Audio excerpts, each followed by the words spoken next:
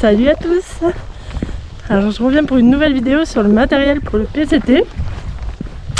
Vous avez été nombreux à me faire remarquer que je n'avais pas parlé de mes chaussures sur ma vidéo matos. C'était voulu en fait parce que je pense que sinon ça vous aurait fait une super cantine pour vous endormir, puisqu'elle durait déjà 40 minutes. Donc voilà.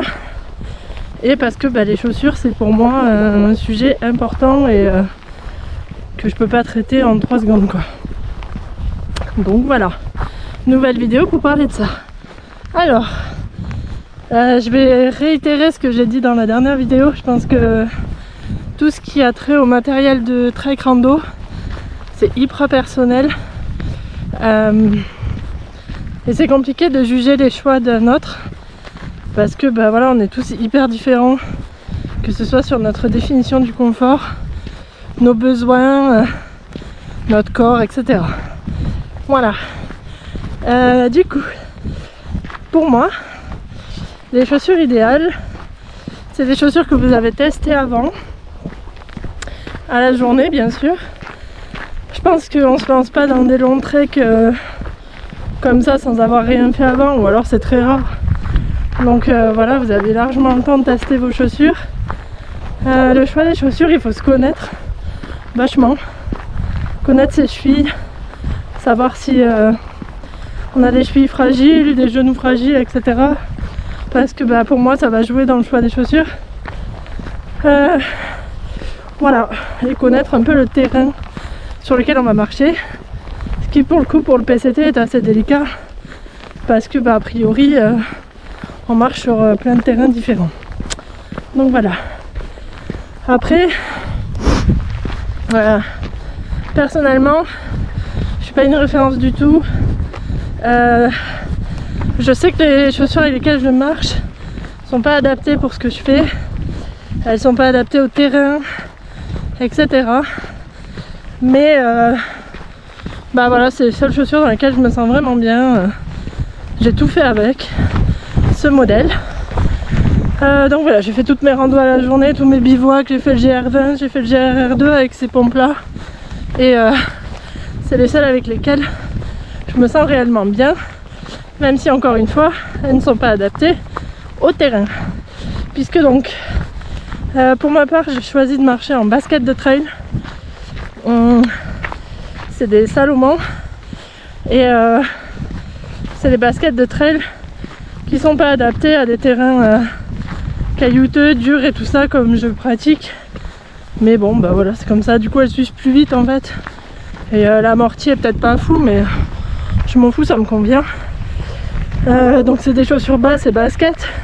À savoir que je connais mes chevilles par cœur et que j'ai jamais eu la moindre entorse, alors que franchement des fois j'ai fait des retournées de cheville avec le sac de 20 kg sur le dos.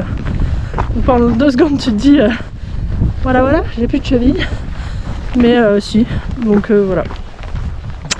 Donc voilà, après j'ai fait ce choix pour plusieurs raisons. Sur le GR20 donc toujours, je marchais avec une amie qui elle était partie sur des grosses chaussures de montagne, la Sportiva, cuir, montante et tout, lourde.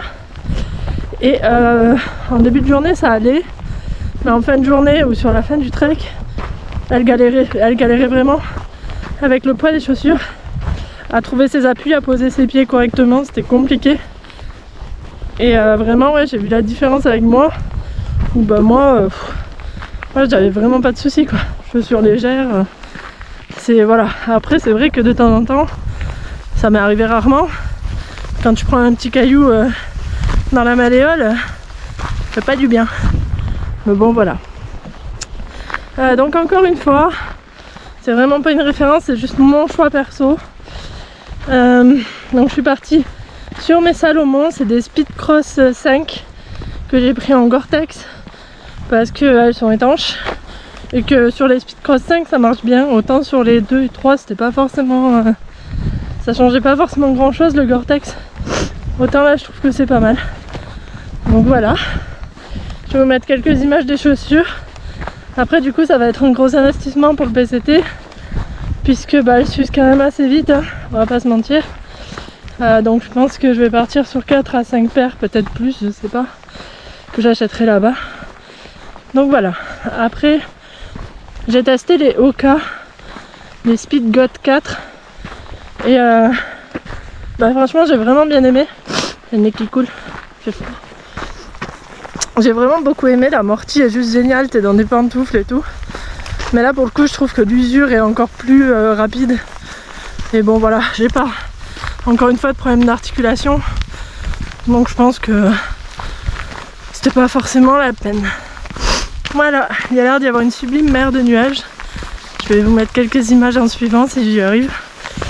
Et aujourd'hui du coup c'est le premier test avec le sac à dos Z-Pack. Pour l'instant c'est plutôt concluant. Quelques douleurs en bas du dos, du manque de moelleux, mais ça va. Je vous ferai un vrai retour un peu plus tard. Donc voilà pour les chaussures. J'espère que ça vous aura intéressé puisque vous me l'avez tous demandé. Encore une fois c'est mes choix entièrement perso. Et voilà, je me prends pas du tout pour une référence ou quoi que ce soit, loin de là. Juste pour moi, pour mes pieds, mes chevilles et mes genoux, ça me convient parfaitement. Donc voilà. J'espère que vous allez tous bien. Allez, je vous montre un peu les godasses. Hop. Celles-ci, c'est mes anciennes qui ont fait la Norvège avec moi. Donc clairement, elles sont un peu usées. Du coup, en fait, le problème avec ces chaussures-là, un des défauts que je trouve, c'est que quand elles s'usent, je vais essayer de vous montrer, mais j'ai le sac à dos. Ah bah je vous montrerai pas, il y a de la boue. À l'avant ça fait vraiment pneu lisse, mais vraiment lisse quoi. Donc voilà, c'est quand elles sont usées, faut faire gaffe, ça glisse vraiment pas mal. Voilà, c'est tout gelé. C'est magnifique. Bon bah je vous laisse avec ça les amis.